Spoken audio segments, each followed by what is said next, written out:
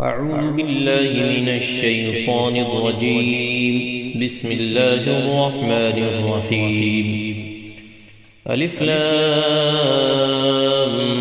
ميم. ذلك الكتاب لا ريب فيه هدى للمتقين الذين يؤمنون بالغيب ويقيمون الصلاة ومما رزقناهم ينفقون والذين يؤمنون بما أنزل إليك وما أنزل من قبلك وبالآخرة هم يوقنون أولئك على هدى من ربهم وأولئك هم المفلحون. إن الذين كفروا سواء عليهم أأنذرتهم أم لم تنذرهم لا يؤمنون.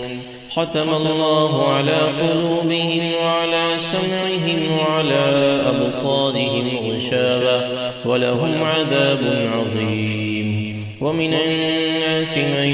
يقول آمنا بالله وباليوم الآخر وما هم بمؤمنين يخادعون الله والذين آمنوا وما يخدعون إلا أنفسهم وما يشعرون. في قلوبهم مرض فزادهم الله مرضا ولهم عذاب أليم بما كانوا يكذبون. وإذا قيل لهم لا تفسدوا في الأرض قالوا إنما نحن مصلحون ألا إنهم هم المفسدون ولكن لا يشعرون. وإذا قيل لهم آمنوا كما آمن الناس قالوا أنؤمن كما آمن السفهاء ألا إنهم هم السفهاء ولكن لا يعلمون. وإذا لقوا الذين آمنوا قالوا آمنا وإذا خلوا إلى شياطينهم قالوا إنا معكم إنما نحن مستهزئون. الله يستهزئ بهم ويمدهم في طغيانهم يعمهون.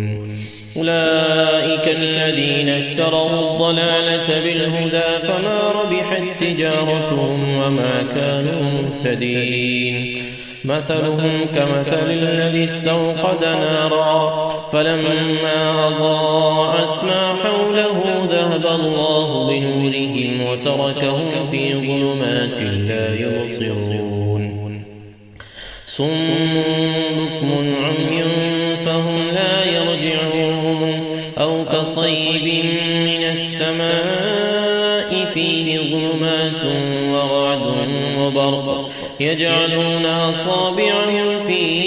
آذانهم من الصواعق حذر الموت والله محيط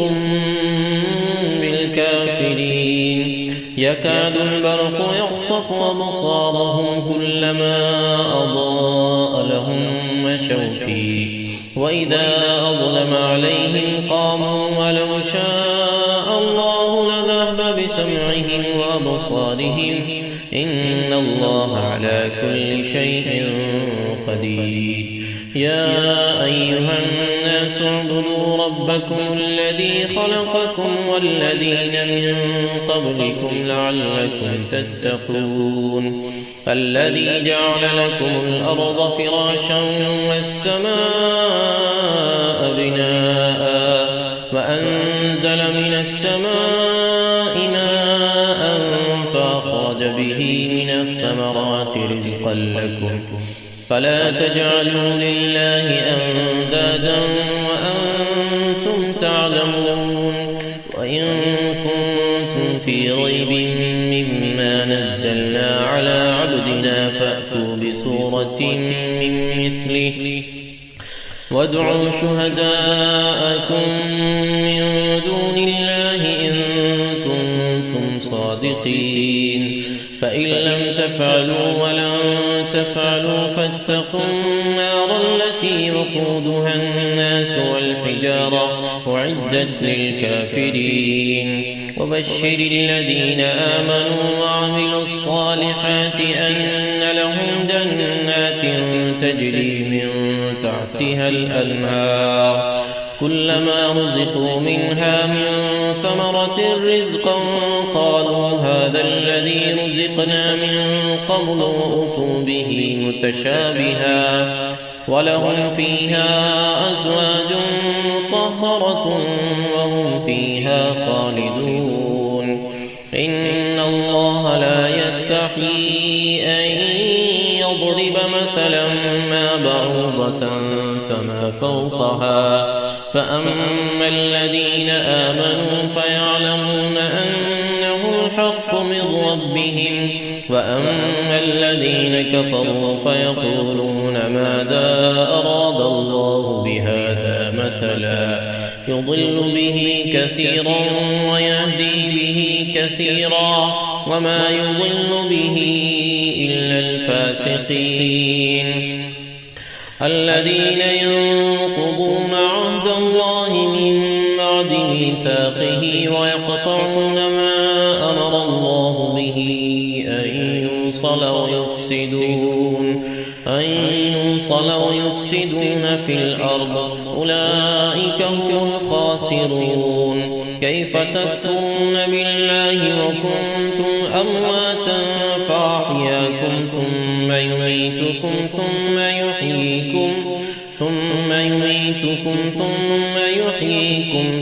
إليه ترجعون هو الذي خلق لكم ما في الأرض جميعا ثم استوى إلى السماء فسواهن 7 سماوات وهو بكل شيء عليم وإذ قال ربك للملائكة إني جاعل في الأرض خليفة قالوا أتجعل فيها من يفسد فيها ويسفك الدماء ونحن نسبح بحمدك ونقدس لك قال إني أعلم ما لا تعلمون وعلم آدم الأسماء كلها ثم عرضهم على الملائكة فقال أنبئوني بأسماء هؤلاء إن كنتم صادقين قالوا سبحانك لا علم لنا إلا ما علمتنا إنك أنت العليم الحكيم قال يا آدم أنبئهم بأسمائهم فلما أنبأهم بأسمائهم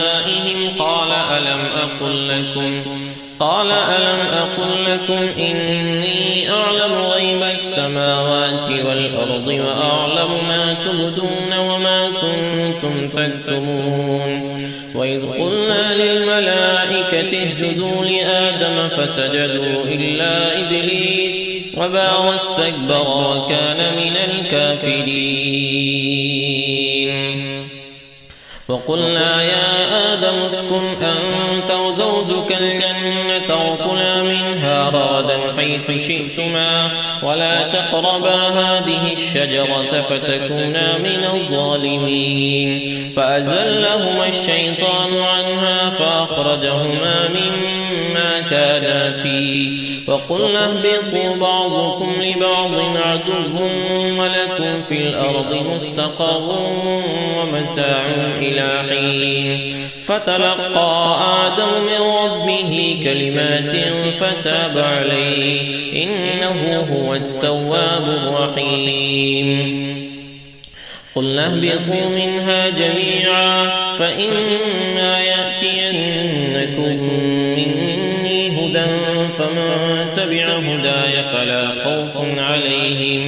فلا خوف عليهم ولا هم يحزنون والذين كفروا وكذبوا بآياتنا أولئك أصحاب النار هم فيها خالدون. يا بني إسرائيل اذكروا نعمتي التي أنعمت عليكم وأوفوا بعهدي أوف بعهدكم وإياي فارهبون. فآمنوا بما أنزلت مصدقا لما معكم ولا تكونوا أول كافر به ولا تشتروا بآياتي ثمنا قليلا وإياي فاتقون. ولا تلبسوا الحق بالباطل وتكتموا الحق وأنتم تعلمون.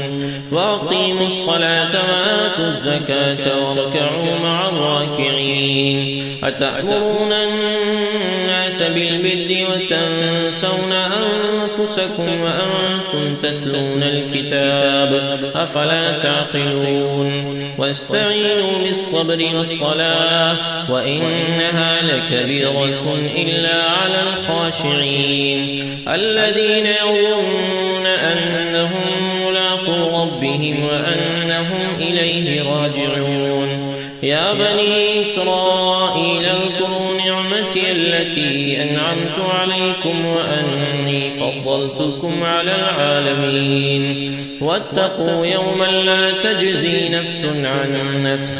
شيئا ولا يقبل منها شفاعة ولا يؤخذ منها عدل ولا هم ينصرون. وإذ نجيناكم من آل فرعون يسومونكم سوء العذاب يذبحون أبناءكم ويستحيون نساءكم وفي ذلكم بلاء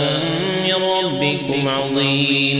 وإذ فرقنا بكم البحر فأنجيناكم وأغرقنا آل فرعون وأنتم تنظرون. وإذ واعدنا موسى 40 ليلة ثم اتخذتم العجل من بعده وأنتم ظالمون. ثم عفونا عنكم من بعد ذلك لعلكم تشكرون. وإذ آتينا موسى الكتاب والفرقان لعلكم تهتدون. وإذ قال موسى لقومه يا قوم إنكم ظلمتم أنفسكم باتخاذكم العجل فتوبوا إلى بارئكم فاقتلوا أنفسكم ذلكم خير لكم عند بارئكم فتاب عليكم إنه هو التواب الرحيم. وإذ قلتم يا موسى لن نؤمن لك حتى نرى الله جهرة فأخذتكم الصاعقة وأنتم تنظرون. ثم بعثناكم من بعد موتكم لعلكم تشكرون. وظللنا عليكم الغمام وأنزلنا عليكم المن والسلوى كلوا من طيبات ما رزقناكم وما ظلمونا ولكن كانوا أنفسهم يظلمون. وإذ قلنا ادخلوا هذه القرية فكلوا منها حيث شئتم رغدا وادخلوا الباب سجدا وقولوا حطة نغفر لكم خطاياكم وسنزيد المحسنين. فبدل الذين ظلموا قولا غير الذي قيل لهم فأنزلنا على الذين ظلموا رجزا من السماء بما كانوا يفسقون. وإذ استسقى موسى لقومه فقل اضرب بعصاك الحجر فانفجرت منه 12 عينا قد علم كل أناس مشربهم كلوا واشربوا من رزق الله ولا تعثوا في الأرض مفسدين. وإذ قلتم يا موسى لن نصبر على طعام واحد فادع لنا ربك يخرج لنا مما تنبت الأرض من بقلها وقثائها وفومها وعدسها وبصلها قال أتستبدلون الذي هو أدنى بالذي هو خير اهبطوا مصرا فإن لكم ما سألتم وضربت عليهم الذلة والمسكنة وباءوا بغضب من الله ذلك بأنهم كانوا يكفرون بآيات الله ويقتلون النبيين بغير الحق ذلك بما عصوا وكانوا يعتدون إن الذين آمنوا والذين هادوا والنصارى والصابئين من آمن بالله واليوم الآخر وعمل صالحا فلهم أجرهم عند ربهم ولا خوف عليهم ولا هم يحزنون وإذا أخذنا ميثاقكم ورفعنا فوقكم الطور خذوا ما آتيناكم بقوة واذكروا ما فيه لعلكم تتقون ثم توليتم من بعد ذلك فلولا فضل الله عليكم ورحمته لكنتم من الخاسرين ولقد علمتم الذين اعتدوا منكم في السبت فقلنا لهم كونوا قردة خاسئين فجعلناها نكالا لما بين يديها وما خلفها وموعظة للمتقين وإذ قال موسى لقومه إن الله يأمركم أن تذبحوا بقرة قالوا أتتخذنا هزوا قال أعوذ بالله أن أكون من الجاهلين قال ادع لنا ربك يبين لنا ما هي قال إنه يقول إنها بقرة لا فارض ولا بكر عوام بين ذلك فافعلوا ما تؤمرون قال ادع لنا ربك يبين لنا ما لونها قال إنه يقول إنها بقرة صفراء فاقع لونها تسر الناظرين قالوا ادع لنا ربك يبين لنا ما هي إن البقرة شابه علينا وإنا إن شاء الله لمهتدون قال إنه يقول إنها بقرة لا ذلول تثير الأرض ولا تسقي الحرث مسلمة لا شية فيها قالوا الآن جئت بالحق فذبحوها وما كادوا يفعلون وإذ قتلتم نفسا فادارأتم فيها والله مخرج ما كنتم تكتمون فقلنا اضربوه ببعضها كذلك يحيي الله الموتى ويريكم آياته لعلكم تعقلون ثم قست قلوبكم من بعد ذلك فهي كالحجارة أو أشد قسوة وإن من الحجارة لما يتفجر منه الأنهار وإن منها لما يشقق فيخرج منه الماء وإن منها لما يهبط من خشية الله وما الله بغافل عما تعملون أفتطمعون أن يؤمنوا لكم وقد كان فريق منهم يسمعون كلام الله ثم يحرفونه من بعد ما عقلوه وهم يعلمون وإذا لقوا الذين آمنوا قالوا آمنا وإذا خلا بعضهم إلى بعض قالوا أتحدثونهم بما فتح الله عليكم ليحاجوكم به عند ربكم أفلا تعقلون أولا يعلمون أن الله يعلم ما يسرون وما يعلنون ومنهم أميون لا يعلمون الكتاب إلا أماني وإن هم إلا يظنون فويل للذين يكتبون الكتاب بأيديهم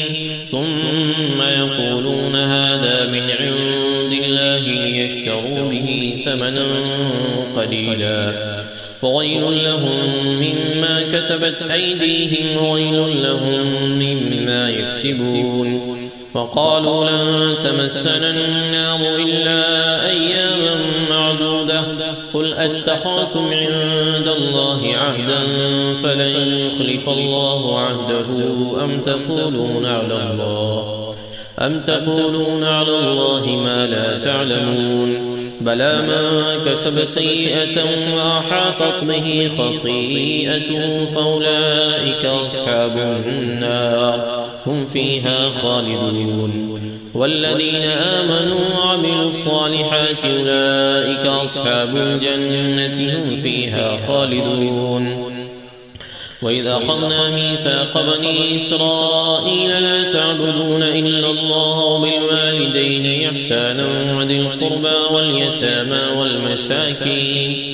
واليتامى والمساكين وقولوا للناس حسنا وأقيموا الصلاة وآتوا الزكاة ثم توليتم إلا قليلا منكم وأنتم معرضون وإذ أخذنا ميثاقكم لا تسفكون دماءكم ولا تخرجون أنفسكم من دياركم ثم أقررتم وأنتم تشهدون ثم أنتم هؤلاء تقتلون أنفسكم وتخرجون فريقا منكم من ديارهم تظاهرون عليهم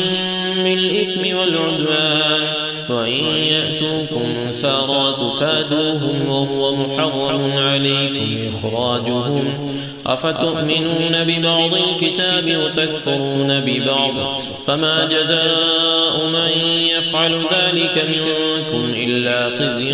في الحياة الدنيا ويوم القيامة يردون إلى أشد العذاب وما الله بغافل عما تعملون أولئك الذين اشتروا الحياة الدنيا بالآخرة فلا يخفف عنهم العذاب ولا هم ينصرون ولقد آتينا موسى الكتاب وقفينا من بعده بالرسل وآتينا عيسى ابن مريم البينات وأيدناه بروح القدس أفكلما جاءكم رسول بما لا تهوى أنفسكم استكبرتم ففريقا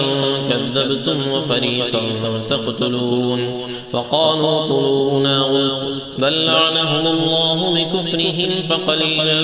ما يؤمنون ولما جاءهم كتاب من عند الله مصدق لما معهم وكانوا من قبل يستفتحون على الذين كفروا فلما جاءهم ما عرفوا كفروا به فلعنة الله على الكافرين بئس ما اشتروا به أنفسهم أن يكفروا بما أنزل الله بغيا أن ينزل الله من فضله على من يشاء من عباده فباءوا بغضب على غضب وللكافرين عذاب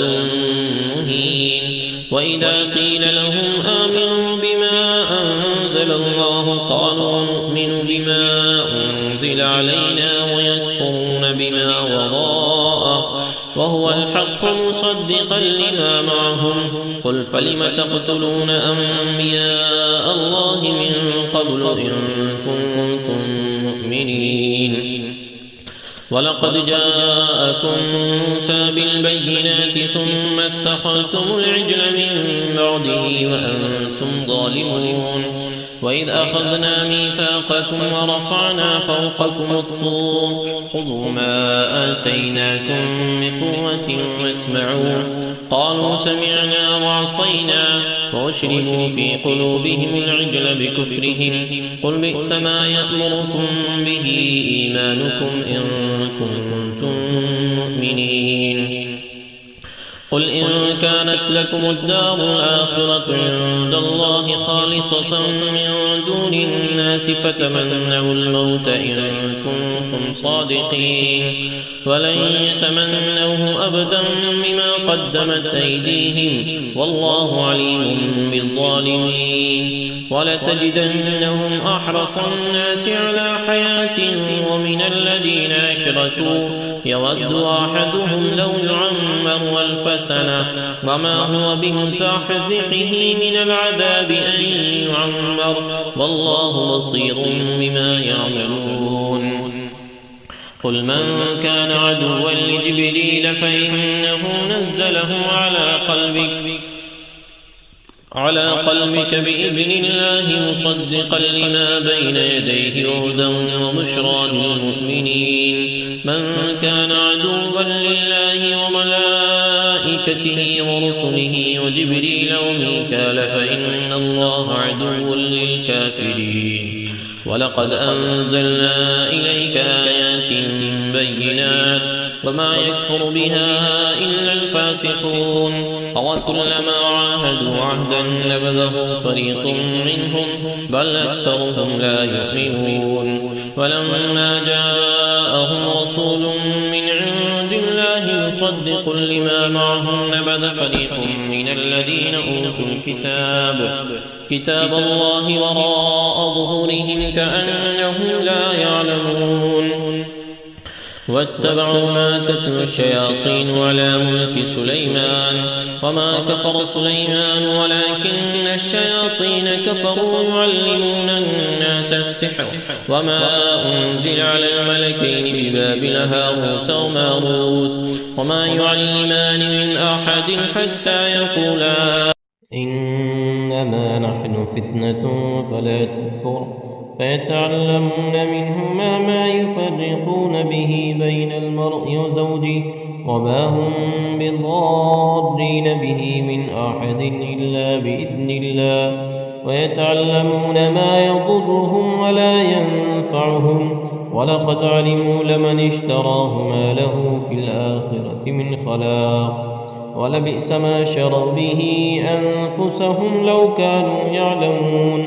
ولو أنهم آمنوا واتقوا لمثوبة من عند الله خير لو كانوا يعلمون يا أيها الذين آمنوا لا تقولوا راعنا وقولوا انظرنا واسمعوا وللكافرين عذاب أليم ما يود الذين كفروا من أهل الكتاب ولا المشركين أن ينزل عليكم من خير من ربكم والله يختص برحمته من يشاء والله ذو الفضل العظيم ما ننسخ من آية أو ننسها نأت بخير منها أو مثلها ألم تعلم أن الله على كل شيء قدير ألم تعلم أن الله له ملك السماوات والأرض وما لكم من دون الله من ولي ولا نصير أم تريدون أن تسألوا رسولكم كما سئل موسى من قبل ومن يتبدل الكفر بالإيمان فقد ضل سواء السبيل ود كثير من أهل الكتاب لو يردونكم من بعد إيمانكم كفارا حسدا من عند أنفسهم من بعد ما تبين لهم الحق فاعفوا واصفحوا حتى يأتي الله بأمره إن الله على كل شيء قدير فأقيموا الصلاة وآتوا الزكاة وما تقدموا لأنفسكم من خير تجدوه عند الله إن الله بما تعملون بصير فقالوا لن يدخل الجنة إلا من كان هودا أو نصارى تلك أمانيهم قل هاتوا برهانكم إن كنتم صادقين بلى من أسلم وجهه لله وهو محسن فله أجره عند ربه ولا خوف عليهم ولا هم يحزنون وقالت اليهود ليست النصارى على شيء وقالت النصارى ليست اليهود على شيء وهم يتلون الكتاب كذلك قال الذين لا يعلمون مثل قولهم فالله يحكم بينهم يوم القيامة فيما كانوا فيه يختلفون ومن أظلم ممن منع مساجد الله أن يذكر فيها اسمه وسعى في خرابها أولئك ما كان لهم أن يدخلوها إلا خائفين لهم في الدنيا خزي ولهم في الآخرة عذاب عظيم. ولله المشرق والمغرب فأينما تولوا فثم وجه الله إن الله واسع عليم. فقالوا اتخذ الله ولدا سبحانه بل له ما في السماوات والأرض كل له قانتون بديع السماوات والأرض وإذا قضى أمرا فإنما يقول له كن فيكون. وقال الذين لا يعلمون لولا يكلمنا الله أو تأتينا آية كذلك قال الذين من قبلهم مثل قولهم تشابهت قلوبهم قد بينا الآيات لقوم يوقنون. إنا أرسلناك بالحق بشيرا ونذيرا ولا تسأل عن أصحاب الجحيم.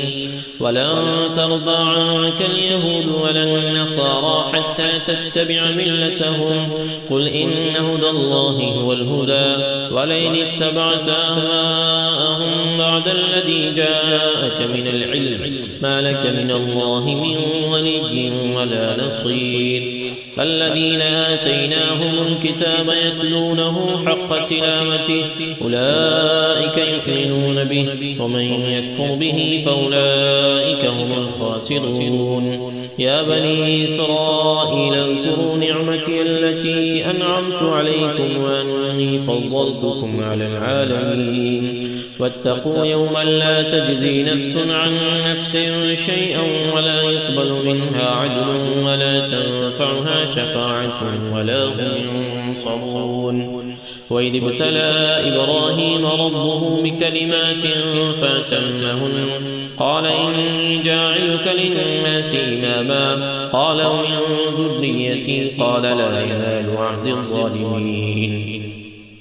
وإذ جعلنا البيت مثابة للناس وأمنا واتخذوا من مقام إبراهيم مصلى وعهدنا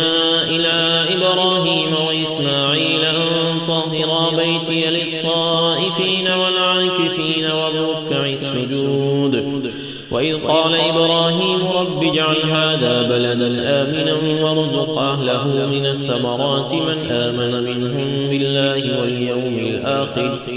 قال ومن كفر فأمتعه قليلا ثم أضطره إلى عذاب النار وبئس المصير.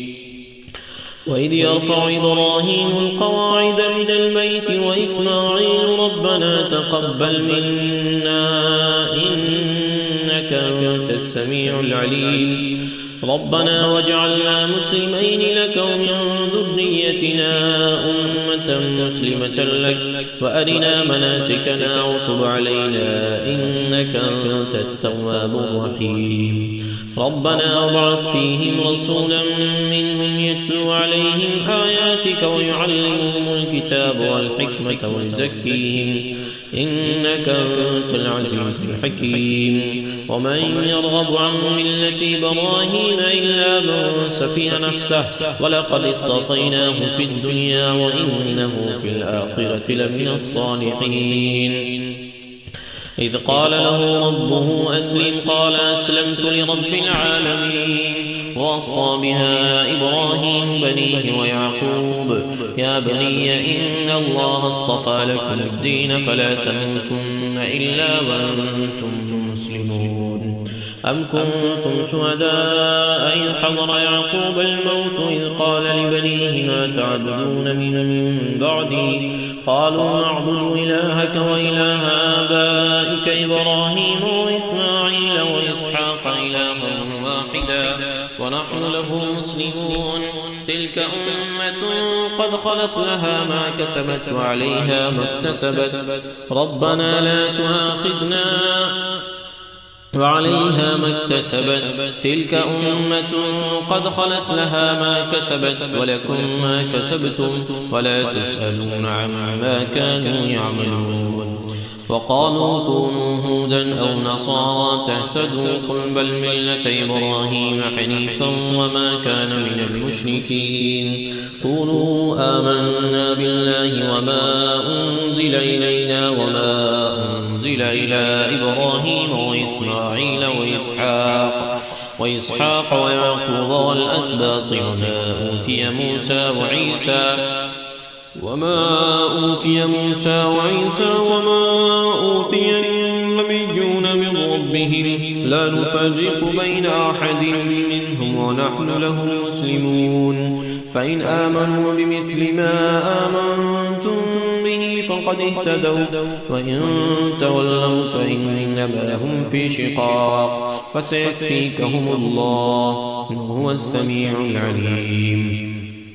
صبغة الله ومن أحسن من الله صبغة ونحن له عابدون. قل أتحاجوننا في الله وهو ربنا وربكم ولنا أعمالنا ولكم أعمالكم ونحن له مخلصون. أم تقولون إن إبراهيم وإسماعيل وإسحاق ويعقوب والأسباط كانوا هودا أو نصارى قل أنتم أعلم أم الله ومن أظلم ممن كتم شهادة عنده من الله وما الله بغافل عما تعملون. تلك أمة قد خلت لها ما كسبت ولكم ما كسبتم ولا تسألون عما كانوا يعملون. سيقول السفهاء من الناس ما ولاهم عن قبلتهم التي كانوا عليها قل لله المشرق والمغرب يهدي من يشاء إلى صراط مستقيم. وكذلك جعلناكم أمة وسطا لتكونوا شهداء على الناس ويكون الرسول عليكم شهيدا. وما جعلنا القبلة التي كنت عليها إلا لنعلم من يتبع الرسول ممن ينقلب على عقبيه وإن كانت لكبيرة إلا على الذين هدى الله وما كان الله ليضيع إيمانكم إن الله بالناس لرؤوف رحيم. قد نرى تقلب وجهك في السماء فلنولينك قبلة ترضاها فول وجهك شطر المسجد الحرام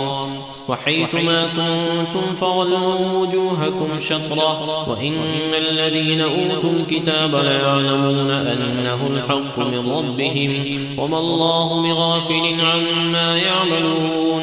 ولئن أتيت الذين أوتوا الكتاب بكل آية ما تبعوا قبلتك وما أنت بتابع قبلتهم وما بعضهم بتابع قبلة بعض ولئن اتبعت أهواءهم من بعد ما جاءك من العلم إنك إذا لمن الظالمين. الذين آتيناهم الكتاب يعرفونه كما يعرفون أبناءهم وإن فريقا منهم ليكتمون الحق وهم يعلمون. الحق من ربك فلا تكونن من الممتنين ولكل وجهة هو موليها فاستبقوا الخيرات أينما تكونوا يأت بكم الله جميعا إن الله على كل شيء قدير. ومن حيث خرجت فول وجهك شطر المسجد الحرام وإنه للحق من ربك وما الله بغافل عما تعملون. ومن حيث خرجت فول وجهك شطر المسجد الحرام وحيث ما كنتم فولوا وجوهكم شطره لئلا يكون للناس عليكم حجة إلا الذين ظلموا منهم فلا تخشوهم واخشوني ولأتم نعمتي عليكم ولعلكم تهتدون. كما أرسلنا فيكم رسولا منكم يتلو عليكم آياتنا ويزكيكم ويعلمكم الكتاب والحكمة ويعلمكم ما لم تكونوا تعلمون. فاذكروني أذكركم واشكروا لي ولا تكفرون. يا أيها الذين آمنوا استعينوا بالصبر والصلاة إن الله مع الصابرين. ولا تقولوا لمن يقتل في سبيل الله أموات بل أحياء ولكن لا تشعرون. ولنبلونكم بشيء من الخوف والجوع ونقص من الأموال والأنفس والثمرات وبشر الصابرين الذين إذا أصابتهم مصيبة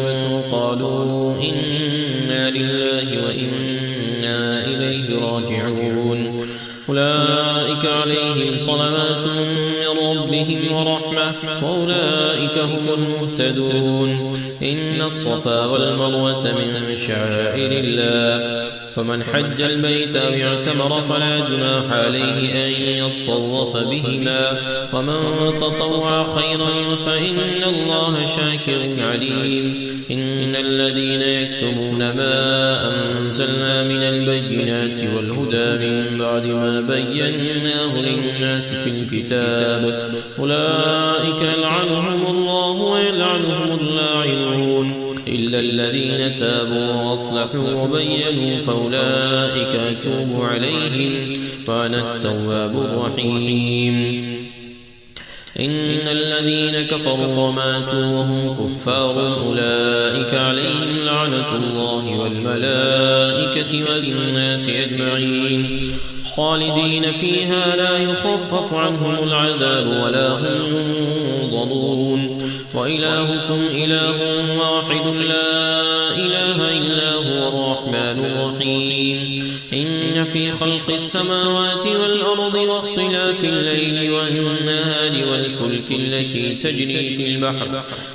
في البحر بما ينفع الناس وما أنزل الله من السماء من ماء فأحيا به الأرض بعد موتها وبث فيها من كل دابة وتصريف الرياح والسحاب المسخر بين السماء والأرض لآيات لقوم يعقلون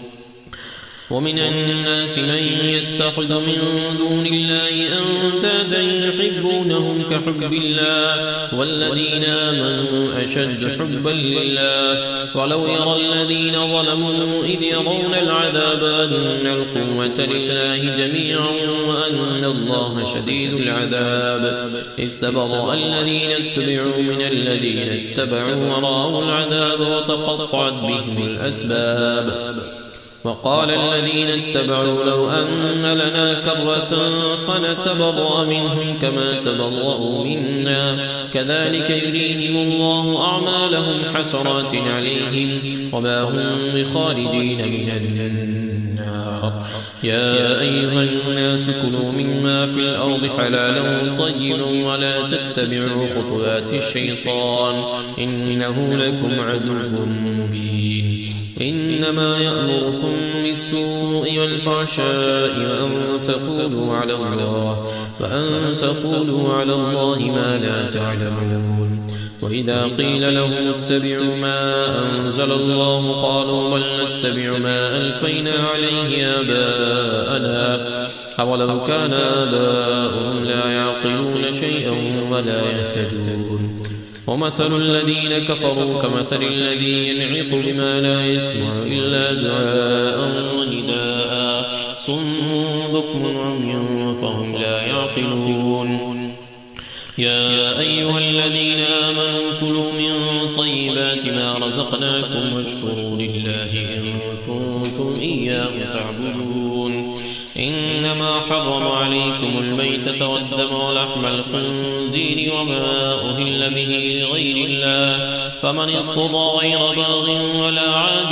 فلا إثم عليه إن الله غفور رحيم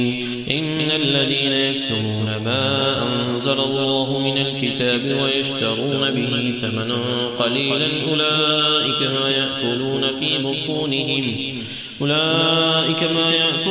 في بطونهم إلا النار ولا يكلمهم الله يوم القيامة ولا يزكيهم ولهم عذاب أليم أولئك الذين اشتروا الضلالة بالهدى والعذاب بالمغفرة فما أصبرهم على النار ذلك بأن الله نزل الكتاب بالحق وإن الذين اختلفوا في الكتاب لفي شقاق بعيد ليس البر أن تولوا وجوهكم قبل المشرق والمغرب ولكن البر من آمن بالله واليوم الآخر والملائكة والكتاب والنبيين وآتى المال على حبه ذوي القربى واليتامى والمساكين وابن السبيل والسائلين وفي الرقاب فأقام الصلاة وآتى الزكاة والموفون بعهدهم إذا عاهدوا والصابرين في البأساء والضراء وحين البأس أولئك الذين صدقوا وأولئك هم المتقون. يا أيها الذين آمنوا كتب عليكم القصاص في القتلى الحر بالحر والعبد بالعبد والأنثى بالأنثى فمن عفي له من أخيه شيء فاتباع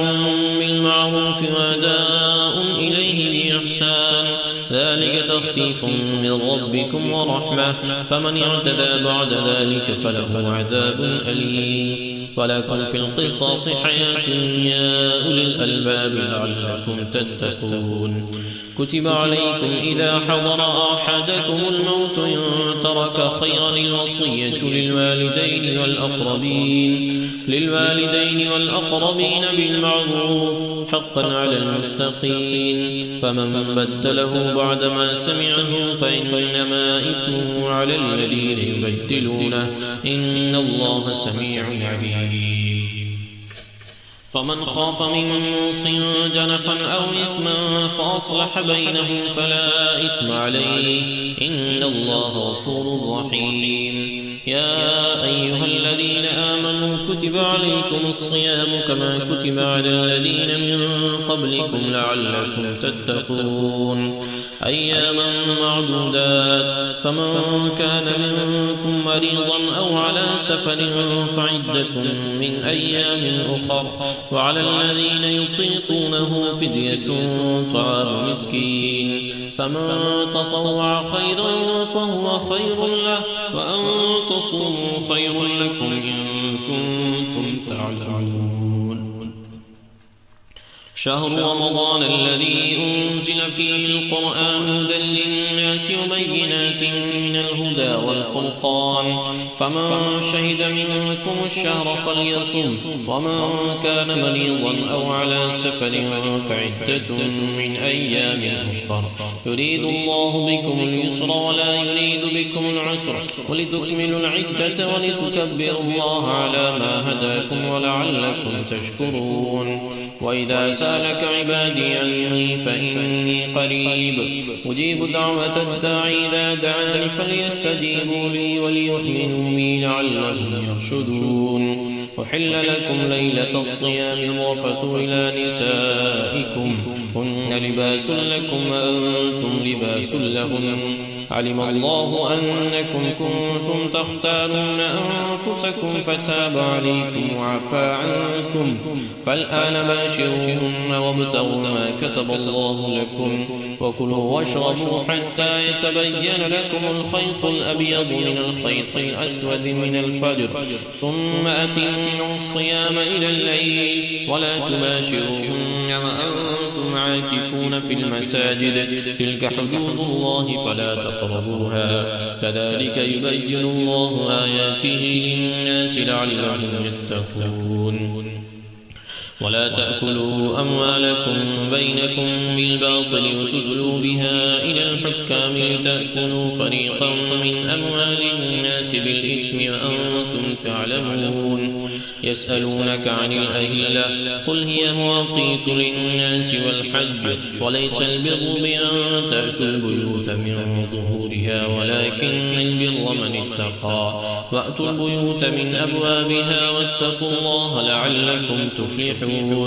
فقاتلوا في سبيل الله الذين يقاتلونكم ولا تعتدوا إن الله لا يحب المعتدين. واقتلوهم حيث ثقفتموهم وأخرجوهم من حيث أخرجوكم والفتنة أشد من القتل ولا تقاتلوهم عند المسجد الحرام حتى يقاتلوكم فيه فإن قاتلوكم فاقتلوهم كذلك جزاء الكافرين فإن انتهوا فإن الله غفور رحيم فقاتلوهم حتى لا تكون فتنة ويكون الدين لله فإن انتهوا فلا عدوان إلا على الظالمين الشهر الحرام بالشهر الحرام والحرمات قصاص فمن اعتدى عليكم فاعتدوا عليه بمثل ما اعتدى عليكم واتقوا الله واعلموا أن الله مع المتقين فأنفقوا في سبيل الله ولا تلقوا بأيديكم إلى التهلكة وأحسنوا إن الله يحب المحسنين وأتموا الحج والعمرة لله فإن أحصرتم فما استيسر من الهدي ولا تحلقوا رؤوسكم حتى يبلغ الهدي محله فمن كان منكم مريضا أو به أذى من رأسه ففدية من صيام أو صدقة أو نسك فإذا أمنتم فمن تمتع بالعمرة إلى الحج فما استيسر من الهدي فمن لم يجد فصيام 3 أيام في الحج و7 إذا رجعتم تلك 10 كاملة ذلك لمن لم يكن أهله حاضر المسجد الحرام فاتقوا الله واعلموا أن الله شديد العقاب الحج أشهر معلومات فمن فرض فيهن الحج فلا رفث ولا فسوق ولا جدال في الحج وما تفعلوا من خير يعلمه الله وتزودوا فإن خير الزاد التقوى واتقون يا أولي الألباب ليس عليكم جناح أن تبتغوا فضلا من ربكم فإذا أفضتم من عرفات فاذكروا الله عند المشعر الحرام واذكروه كما هداكم وإن كنتم من قبله لمن الضالين ثم أفيضوا من حيث أفاض الناس واستغفروا الله إن الله غفور رحيم فإذا قضيتم مناسككم فاذكروا الله كذكركم آباءكم أو أشد ذكرا فمن الناس من يقول ربنا آتنا في الدنيا وما له في الآخرة من خلاق ومنهم من يقول ربنا آتنا في الدنيا حسنة وفي الآخرة حسنة وقنا عذاب النار أولئك لهم نصيب مما كسبوا والله سريع الحساب واذكروا الله في أيام معدودات فمن تعجل في يومين فلا إثم عليه ومن تأخر فلا إثم عليه لمن اتقى واتقوا الله واعلموا أنكم إليه تحشرون ومن الناس من يعجبك قوله في الحياة الدنيا ويشهد الله على ما في قلبه وهو ألد الخصام وإذا تولى سعى في الأرض ليفسد فيها ويهلك الحرث والنسل والله لا يحب الفساد وإذا قيل له اتق الله أخذته العزة بالإثم فحسبه جهنم ولبئس المهاد ومن الناس من يشري نفسه ابتغاء مرضات الله والله رؤوف بالعباد يا أيها الذين آمنوا ادخلوا في السلم كافة ولا تتبعوا خطوات الشيطان إنه لكم عدو مبين فإن زللتم من بعد ما جاءتكم البينات فاعلموا أن إن الله عزيز حكيم هل ينظرون إلا أن يأتيهم الله في ظلل من الغمام والملائكة وقضي الأمر وإلى الله ترجع الأمور سل بني إسرائيل كم آتيناهم من آية بينة ومن يبدل نعمة الله من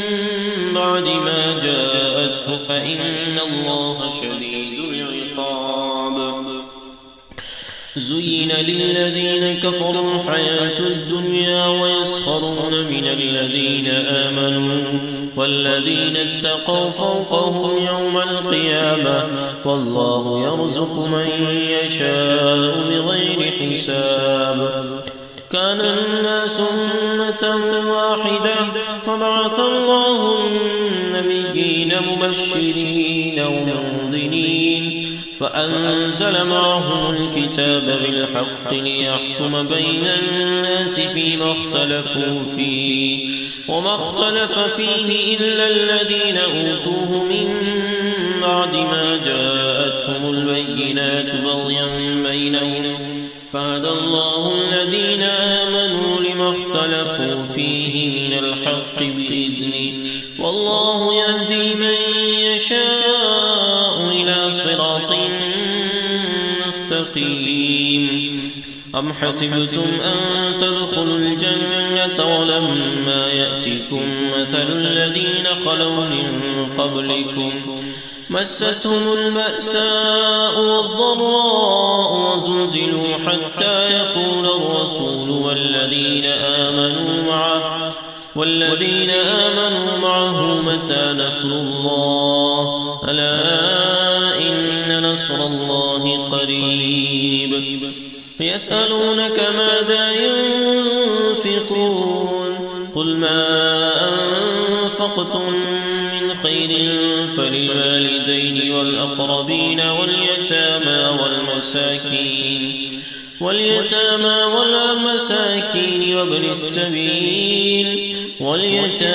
والمساكين وابن السبيل وما تفعلوا من خير فإن الله به عليم كتب عليكم القتال وهو كره لكم وعسى أن تكرهوا شيئا وهو خير لكم وعسى أن تحبوا شيئا وهو شر لكم والله يعلم وأنتم لا تعلمون يسألونك عن الشهر الحرام قتال فيه قل قتال فيه كبير وصد عن سبيل الله وكفر به والمسجد الحرام وإخراج أهله منه أكبر عند الله والفتنة أكبر من القتل ولا يزالون يقاتلونكم حتى يردوكم عن دينكم إن استطاعوا ومن يرتد منكم عن دينه فيمت وهو كافر فأولئك حبطت أعمالهم في الدنيا والآخرة وأولئك أصحاب النار هم فيها خالدون إن الذين آمنوا والذين هاجروا وجاهدوا في سبيل الله أولئك يرجون رحمة الله والله غفور رحيم يسألونك عن الخمر والميسر قل فيهما إثم كبير ومنافع للناس وإثمهما أكبر من نفعهما ويسألونك ماذا ينفقون قل العفو كذلك يبين الله لكم الآيات لعلكم تتفكرون في الدنيا والآخرة ويسألونك عن اليتامى قل إصلاح لهم خير وإن تخالطوهم فإخوانكم والله يعلم المفسد من المصلح ولو شاء الله لأعنتكم الله عزيز حكيم. ولا تنكحوا المشركات حتى يؤمنوا ولأمة مؤمنة خير من مشركة ولو أعجبتكم ولا تنكحوا المشركين حتى يؤمنوا ولعبد مؤمن خير من مشرك ولو أعجبكم أولئك يدعون إلى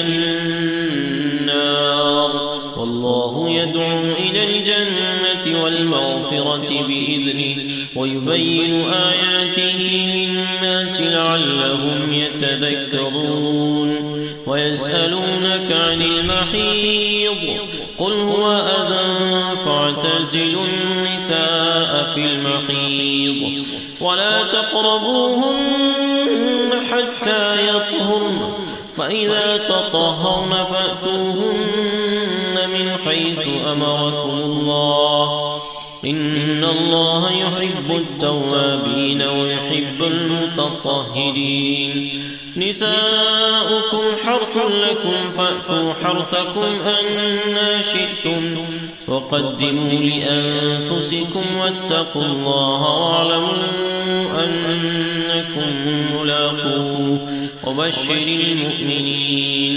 ولا تجعلوا الله عرضة لأيمانكم أن تبروا وتتقوا وتصلحوا بين الناس والله سميع عليم. لا يؤاخذكم الله باللغو في أيمانكم ولكن يؤاخذكم بما كسبت قلوبكم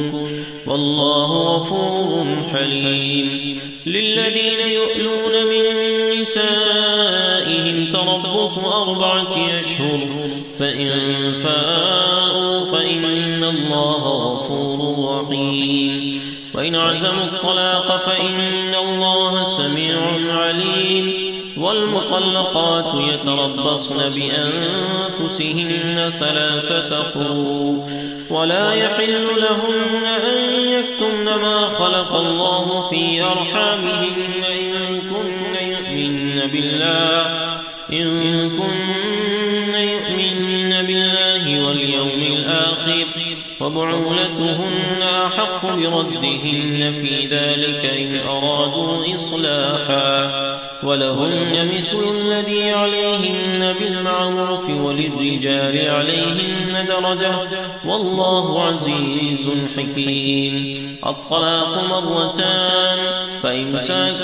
بمعروف أو تشريح بإحسان. ولا يحل لكم أن تأخذوا مما آتيتموهن شيئا إلا أن يخافا ألا يقيما حدود الله. فإن خفتم ألا يقيما حدود الله فلا جناح عليهما فيما افتدت به تلك حدود الله فلا تعتدوها ومن يتعد حدود الله فأولئك هم الظالمون. فإن طلقها فلا تحل له من بعد حتى تنكح زوجا غيره فإن طلقها فلا جناح عليهما أن يتراجعا إن ظنا أن يقيما حدود الله وتلك حدود الله يبينها لقوم يعلمون. وإذا طلقتم النساء فبلغن أجلهن فأمسكوهن بمعروف أو سرحوهن بمعروف ولا تمسكوهن ضرارا لتعتدوا ومن يفعل ذلك فقد ظلم نفسه. ولا تتخذوا آيات الله هزوا واذكروا نعمة الله عليكم وما أنزل عليكم من الكتاب والحكمة يعظكم به واتقوا الله واعلموا أن الله بكل شيء عليم. وإذا طلقتم النساء فبلغن أجلهن فلا تعذروهن أن ينكحن أزواجهن إذا تراضوا بينهم بالمعروف. وإن تعس ذلك يوعظ به من كان منكم يؤمن بالله واليوم الآخر، ذلكم أزكى لكم وأطهر، والله يعلم وأنتم لا تعلمون. والوالدات يرضعن أولادهن حولين كاملين لمن أراد أن يتم الرضاعة، وعلى المولود له رزقهن وكسوتهن بالمعروف، لا تكلف نفس إلا وسعها، لا تضار والدة بولدها ولا مولود له بولده، وعلى الوارث مثل ذلك، فإن أرادا فصالا عن تراض منهما وتشاور فلا جناح عليهما.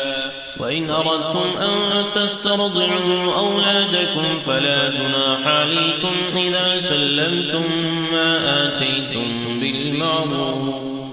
واتقوا الله واعلموا أن الله بما تعملون بصير.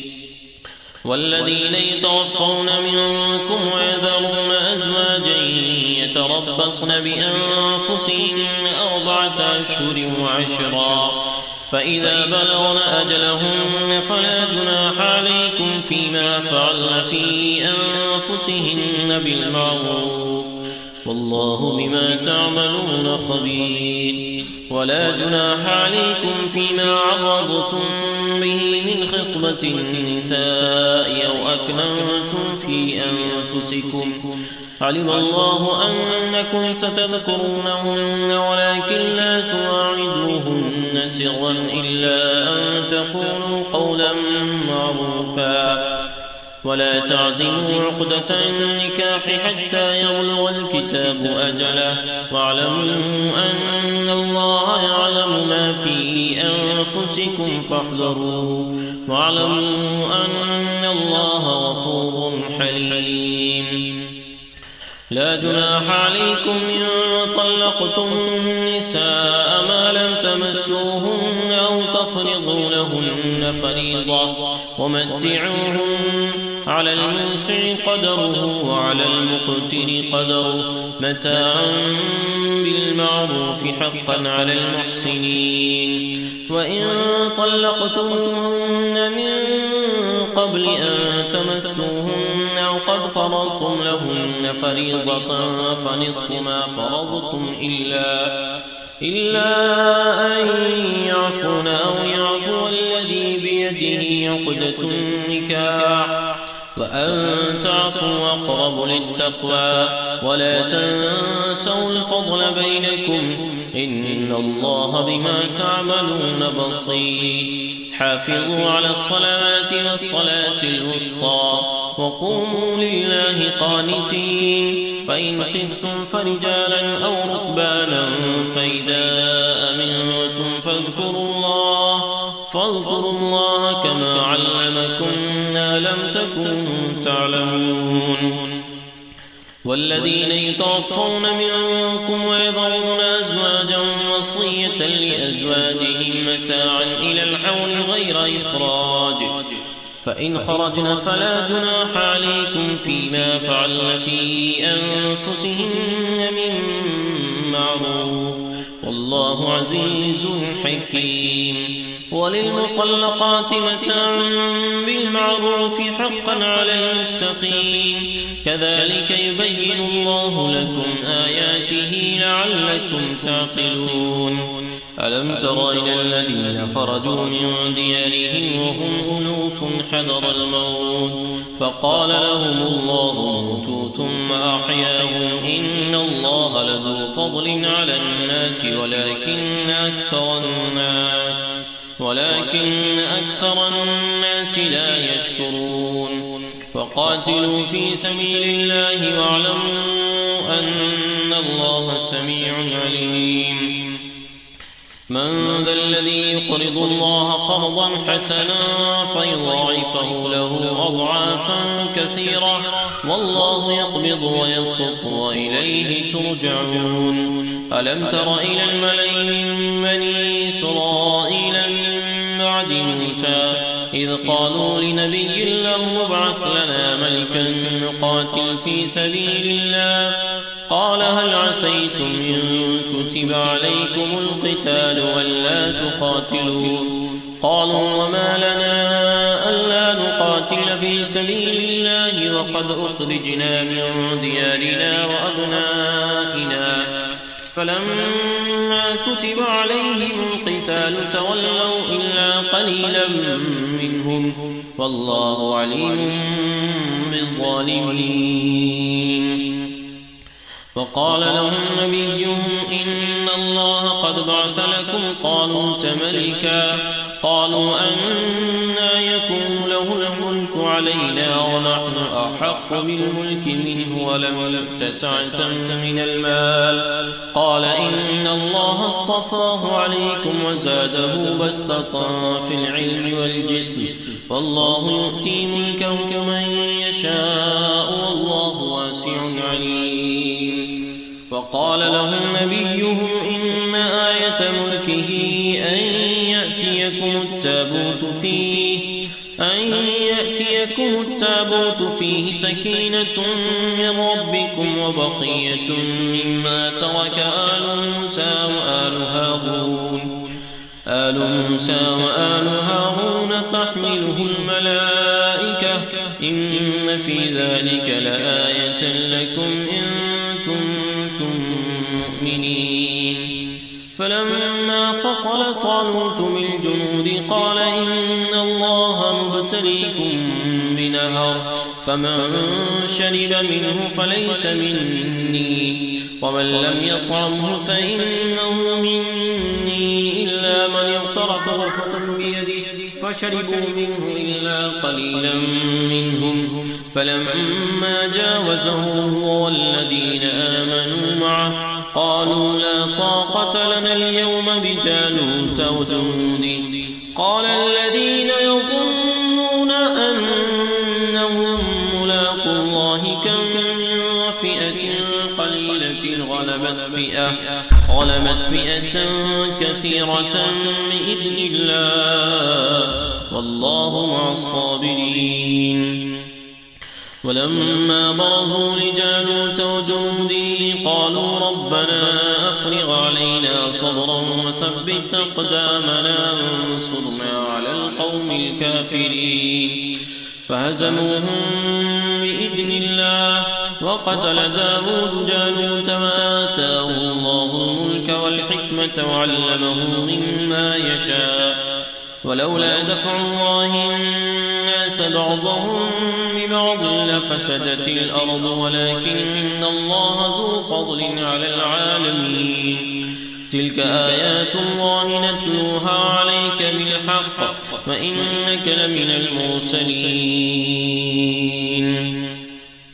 تلك الرسل فضلنا بعضهم على بعض منهم من كلم الله ورفع بعضهم درجات فآتينا عيسى ابن مريم البينات وأيدناه بروح القدس ولو شاء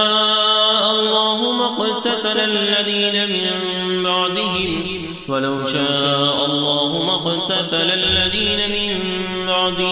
من بعد ما جاءتهم البينات ولكن اختلفوا فمنهم من آمن ومنهم من كفر ولو شاء الله ما اقتتلوا ولكن الله يفعل ما يريد يا أيها الذين آمنوا أنفقوا مما رزقناكم من قبل أن يأتي يوم لا بيع فيه ولا خلة ولا شفاعة والكافرون هم الظالمون الله لا إله إلا هو الحي القيوم لا تأخذه سنة ولا نوم له ما في السماوات وما في الأرض من ذا الذي يشفع عنده إلا بإذنه يعلم ما بين أيديهم وما خلفهم ولا يحيطون بشيء من علمه إلا بما شاء وسع كرسيه السماوات والأرض ولا يؤوده حفظهما وهو العلي العظيم لا إكراه في الدين قد تبين الرشد من الغي فمن يكفر بالطاغوت ويؤمن بالله فقد استمسك بالعروة الوثقى لا انفصام لها والله سميع عليم الله ولي الذين آمنوا يخرجهم من الظلمات إلى النور والذين كفروا أولياؤهم الطاغوت يخرجونهم من النور إلى الظلمات أولئك أصحاب النار هم فيها خالدون ألم تر إلى الذي حاج إبراهيم في ربه أن آتاه الله الملك إذ قال إبراهيم ربي الذي يحيي ويميت قال أنا أحيي وأميت قال إبراهيم فإن الله يأتي بالشمس من المشرق فأت بها من المغرب فمهت الذي كفر والله لا يهدي القوم الظالمين أو كالذي مر على قرية وهي خاوية على عروشها قال أنى يحيي هذه الله بعد موتها فأماته الله 100 عام ثم بعثه قال كم لبثت قال لبثت يوما أو بعض يوم قال بل لبثت 100 عام فانظر إلى طعامك وشرابك لم يتسنه وانظر إلى حمارك ولنجعلك آية للناس وانظر إلى العظام كيف ننشدها ثم نكسوها لحما فلما تبين له قال أعلم أن الله على كل شيء قدير وإذ قال إبراهيم رب أرني كيف تحيي الموتى قال أولم تؤمن قال بلى ولكن ليطمئن قلبي قال فخذ 4 من الطير فصرهن إليك ثم اجعل على كل جبل منهن جزءا ثم ادعهن يأتينك سعيا واعلم أن الله عزيز حكيم مثل الذين ينفقون أموالهم في سبيل الله كمثل حبة أنبتت 7 سنابل في كل سنبلة 100 حبة والله يضاعف لمن يشاء والله واسع عليم الذين ينفقون أموالهم في سبيل الله ثم لا يتبعون ما أنفقوا منا ولا أذى لهم أجرهم عند ربهم ولا خوف عليهم ولا هم يحزنون قول معروف ومغفرة خير من صدقة يتبعها أذى والله غني حليم يا أيها الذين آمنوا لا تبطلوا صدقاتكم بالمن والأذى كالذي ينفق ماله رياء الناس ولا يؤمن بالله واليوم الآخر فمثله كمثل صفوان عليه تراب فأصابه وابل فتركه صلدا لا يقدرون على شيء مما كسبوا والله لا يهدي القوم الكافرين ومثل الذين ينفقون أموالهم ابتغاء مرضات الله وتثبيتا من أنفسهم كمثل جنة بربوة أصابها وابل فآتت أكلها ضعفين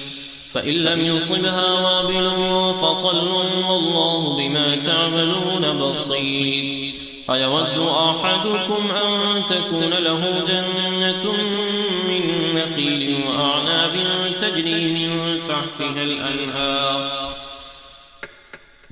تجري من تحتها الأنهار لهم فيها من كل الثمرات وأصابه الكبر وله ذرية ضعفاء فأصابها إعصار فيه نار فاحترقت كذلك يبين الله لكم الآيات لعلكم تتفكرون يا أيها الذين آمنوا أنفقوا من طيبات ما كسبتم ومما أخرجنا لكم من الأرض ولا تيمموا الخبيث منه تنفقون ولستم بآخذيه إلا أن تغمضوا فيه واعلموا أن الله غني حميد الشيطان يعدكم الفقر ويأمركم بالفحشاء والله يعدكم مغفرة منه وفضلا والله واسع عليم يؤتي الحكمة من يشاء ومن يؤت الحكمة فقد أوتي خيرا كثيرا وما يذكر إلا أولو الألباب وما أنفقتم من نفقة أو نذرتم من نذر فإن الله يعلمه وما للظالمين من أنصار إن تبدوا الصدقات فنعما هي وإن تخفوها وتؤتوها الفقراء فهو خير لكم ويكفر عنكم من سيئاتكم والله بما تعملون خبير ليس عليك هداهم ولكن الله يهدي من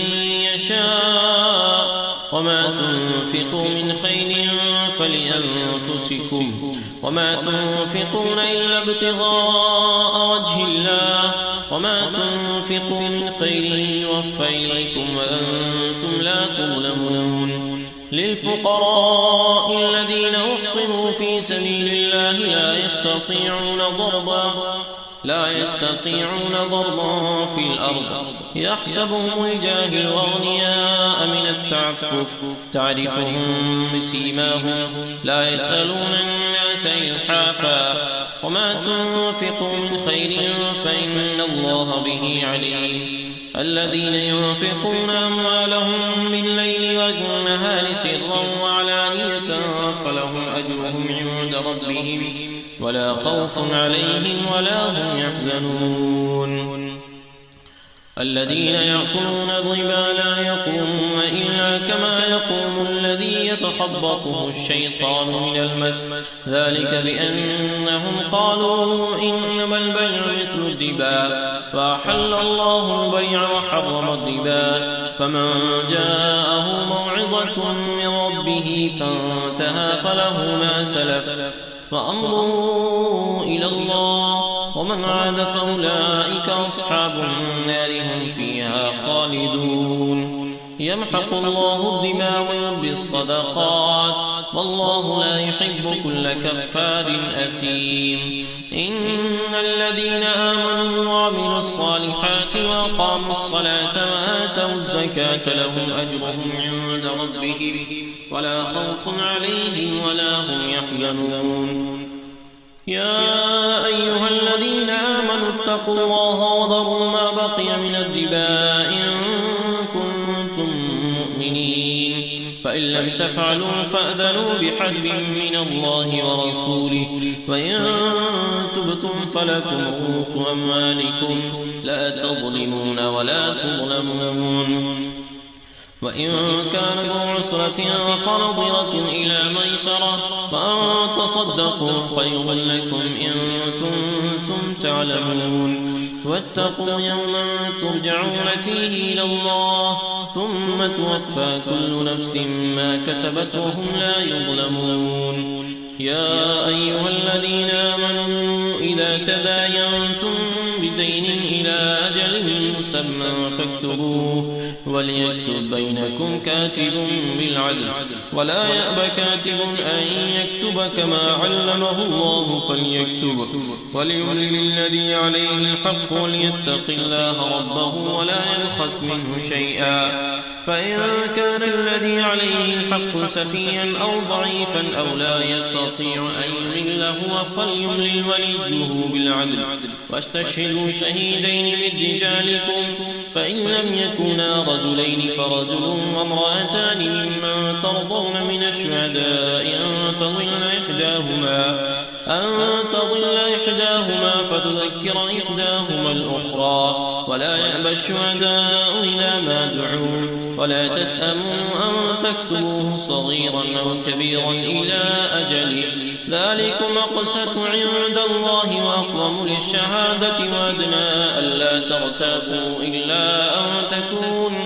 إلا أن تكون تجارة حاضرة تديرونها بينكم فليس عليكم جناح ألا تكتبوها وأشهدوا إذا تبايعتم ولا يضار كاتب ولا شهيد وإن تفعلوا فإنه فسوق بكم واتقوا الله ويعلمكم الله والله بكل شيء عليم